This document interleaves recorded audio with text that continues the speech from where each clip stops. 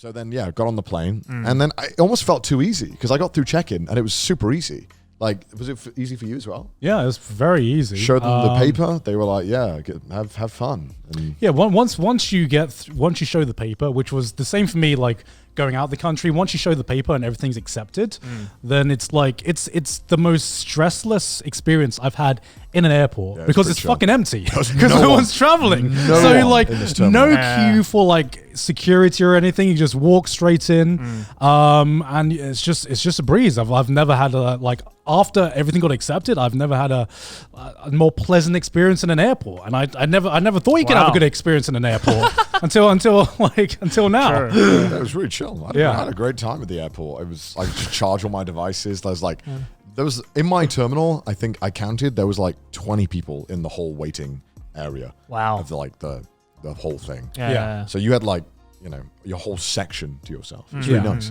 Pretty good. Yeah, but then it came to coming back into the Japan, and we obviously talked about the documents. Then it that was just the start of the process, right? Because you get off the plane, and obviously you have to present the same documents and everything like that. And they put you into this this queue of just checkpoints, and there's like 8 checkpoints. That's before immigration. Fucking hell. So you have to do 8 checkpoints before you can even get to what is normally the annoying part. Yeah. And you kind of you go in and they present to you these documents, right? And then they give you a fucking tag, right? That you have to put over your hand to identify you. Let me show you. I got It's like a fucking slaughterhouse. That is exactly it. So you're literally like being cattle, being herded through. It's how they know you're going to the quarantine hotel. They put this comically large thing on your hand, like this. They literally tag you, right? I'm like, and I took it off for a second, and someone shouted at me because I wanted to get my coat off, and I took it off, and they were like 2 men came over, like shouting and like panicking at me and pointing at it to put it back on. And I was like, what the fuck, man? Like, give me a fucking second. So like you have to, they give you about like 17 million documents that they will just like check across like this journey that you take. Because and the thing is, like, you present this document, they check it, great, go to the next checkpoint. They ask for the same documents, and they check it, you go to the next point. And for some reason, like these few documents that you have get checked a total about like 5 times. Like by different checkpoints, even though nothing changed between you walking from point A to point B, right? There's like 8 stops, right? So the first stop is so this is also a thing, right? No one told me this. You have to keep your boarding card. No one told me. Normally on airplanes, I just like fucking the moment I'm on the plane, I just like put the boarding card in my pocket, scrumpled up or something. Yeah. But that's really? Because you don't need it anymore. You're on the plane. You do. The luggage tags. What do you do with the luggage tags? Because that's normally on your card. Oh no, they normally put that on your passport or something. Oh really? But the luggage tags, I know my bag. I've never had to use it. I always hold on to it until I'm out of the airport. Oh, the luggage tags I keep, but normally the boarding card I would like just scrumple in my pocket or something. Oh really? No one told me you needed it, because you never need it at an airport, right? I just hold on to it just in case. Yeah, just in case. I don't throw it away. I'm not like on the plane fucking tearing it up, but I don't think about it much. I kind of just whatever. But you needed it. So when you get off the plane, they ask for like your passport, your boarding pass, and the documents. Now, I printed off all the documents that the Japanese government told me to have. Yep. Turns out that some of them they just give you on the plane anyway. Yep. So I didn't need to print them out. So I didn't even end up using my version. I used the ones that they printed out for me. Right. Because it was like smaller, and the one I printed out was A4, and it was like I didn't really understand. So you have these 2 documents. One of them is a declaration saying that you're a good boy and you won't leave your house and you won't break quarantine rules. Okay. And if you do, they'll deport you. Okay. And if you're a Japanese... Not ominous at all. Yeah, and if you're a Japanese national, I think they will do criminal charges or something. I don't know how much they're enforcing it.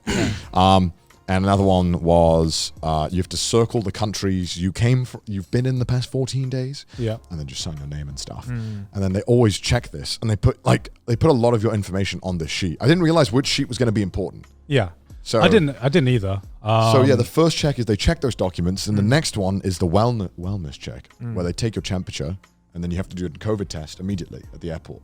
Okay. So you like a PCR test, not like an antigen test as well. So the difference between a PCR test is you have to like take your spit. Yeah. Whereas with an antigen test, I think you can just shove the thing in your nose. Shove the thing in your nose, and it's like an instant, almost an instant like response with the antigen test. With the PCR, it takes like an hour or two. You need a centrifuge for it. So they have a centrifuge. It's the other way around. The PCR test is the one up your nose. I think the antigen test is the one.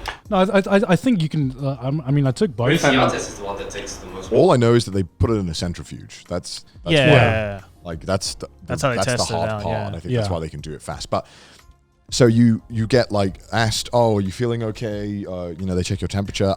Again, I don't know what happens if you have a high temperature.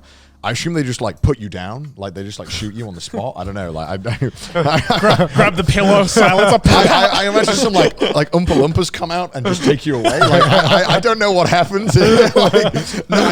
Nobody. So you get melted into the chocolate because like it's so fucking scary, man. Like you are literally treated like cattle. Like anytime I asked anyone questions, I got like looked at like a fucking weirdo. Like, why is this cow talking? Yeah, they were like.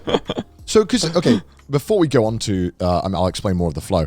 Actually, no, okay, I'll do it after. So, you go to the wellness check, and then you have to do a COVID test immediately. Problem is, right? I was really dehydrated, and I needed to start spitting. Yeah. And I couldn't spit anything. I was just spitting air, like.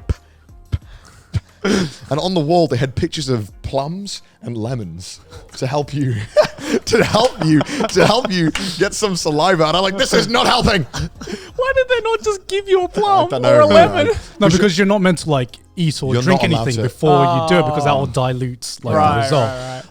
So you do that. Someone takes your test. They all look at you like you're the devil. But the thing is, like you're in a room, right, where you're just full of a bunch of people spitting. It's really fucking weird. And they like spitting into this container, which is pictures of plums and lemons on the wall. Yeah, which is like you don't really. It's not really like the nicest thing to watch people spitting into this glass or this container, right? And Sydney, after being on this flight for like 12 hours, felt a bit queasy, and I could just hear her in like the container next to me, because she was feeling queasy before she had to do it, and her seeing people spitting around her into this container, she was just like. Oh no! And I felt so bad. I felt so bad because you do feel a bit sick seeing that just a stranger spit, just be like, just like being weird. handed over. It's really fucking weird. And that sounds so post-apocalyptic. You do the spitting thing. You give it to someone. They check the documents that you have the right COVID barcode on your thing, and then you go to a place where they make you give your email, and then they send you an email, and they make sure you got it, right? And that's okay, that's fine. And then they make you install these apps. I had pre-installed them, but then I had a problem. This app was so fucking jank. When I selected my birth date as July, it would randomly just go back to June. Oh, that happened to me. Did it happen to you as well? Yeah. And I had to reinstall the whole app, and the internet was shit, and it wasn't installing for some reason. And they came over, and they were like, oh, here's a pocket Wi-Fi. I'm like, no, I've got 4G. It's fine. I don't know. This app is just dog shit. I don't know what's going on. It like didn't install, and it's this really fucking weird thing. They're just watching you fill out this app as well. And I'm just like, it's all right, man. You can go and help someone else. I'm all right. I can do this. I can, apparently the first time, but I can fill it out. Yeah. And they make you make sure that your Google Maps thing is on. And I was like, yeah, it's on already. It's always on. They were like, can we check? And I'm like, all right, sure. So I showed them. They're like, okay, good, nice. And I'm like, good. Yeah. And then once I got that installed, you go to the waiting area to get your COVID test results. Which takes a couple of hours, right? No. Mine took 30 minutes. How long did yours take? Waiting. Mine took about an hour. Okay, yeah. Mine was about 30 minutes, but then I had to, and then you get put into the bus waiting area. Mm-hmm. Yeah. And that was a long time. I waited like an hour. To be shipped off to the butchers. Yeah. Basically. And they've gotten, it's weird because they've laid you out like you're sitting on a bus. Yeah. Did they do that for you as well? Yeah. You're like in a corner and you're all sitting like you are on a bus. It's like a dress rehearsal. It's like going on a bus. Yeah. You've literally. It's like what they do on school trips. That's exactly it. Where like you have like this teacher who leads you onto the bus and you have to sit in like the exact same way you sat down, and I'm just like, what is this? Yeah. And then and then when once you've got all that, then so this whole process, this part took like 3 hours. Yeah. And then you can go through immigration. Right. Which takes a while again. Yeah. But luckily, because there's no people traveling. It's a little quicker. Yeah. But yeah, it does just take so. So if you fly back in Japan at the moment, regardless of how quickly or how many people are like flying in with you, you're going to be in the airport for around 3 to 4 hours. I was there for 5 before you get to immigration.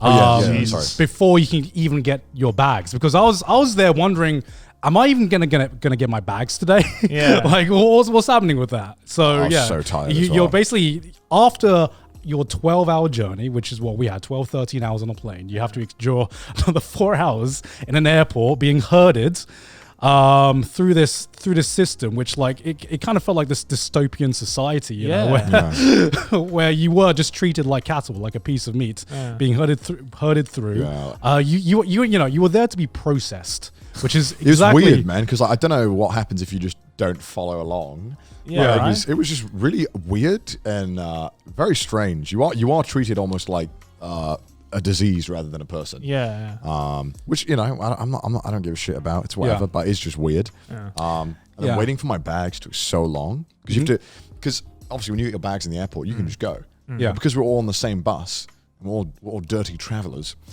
We have to all wait till everybody's gone through and everybody's got their bag, and then you can start going through the bag checking. Yeah. So you can't once you've got your bag, you still got to wait. And then I don't know if this happened to you. Did they bring out like search dogs and stuff? Yeah. And they checked everything. Oh my God. And I was like, oh my, bro, I don't think the dog can smell COVID, can it? Like, what is this? I'm like, this is a joke. And they were like, did they like interrogate you about what you brought in? No. They were like asking me like, do you have any food? And I was like, I mean, I got some snacks. And they were like, what is it? What is it? What's snacks? And I'm like, it's like a nature bar. And they're like, does it contain meat? I'm like, no, it's a fucking nature bar. I don't know. Like, it was just weird. They were like grilling me about like these cereal bars I had. And I was like, it's a fucking cereal bar. What do you mean? Look at it. It sounds like typical Australian customs to me. I mean, illustrate. Yeah, it makes sense, right? And yeah, we finally got through it. And I was talking to this old Japanese man because he'd lived in the UK for like 20 years. And he was just so funny. He was just like, I miss pub already. I miss my friends. I have good friends in pub. And I'm like, yeah, man, I love the pub too. Yeah. And I was like, where are you going to? He's like, oh, I'm going to Kyushu. I'm like, you're going to Kyushu? What the fuck? Because how can you get to Kyushu? Yeah. So he was quarantining in Tokyo for 2 weeks and going to Kyushu. I was like, fuck that. Jesus, fuck, you know. Yeah.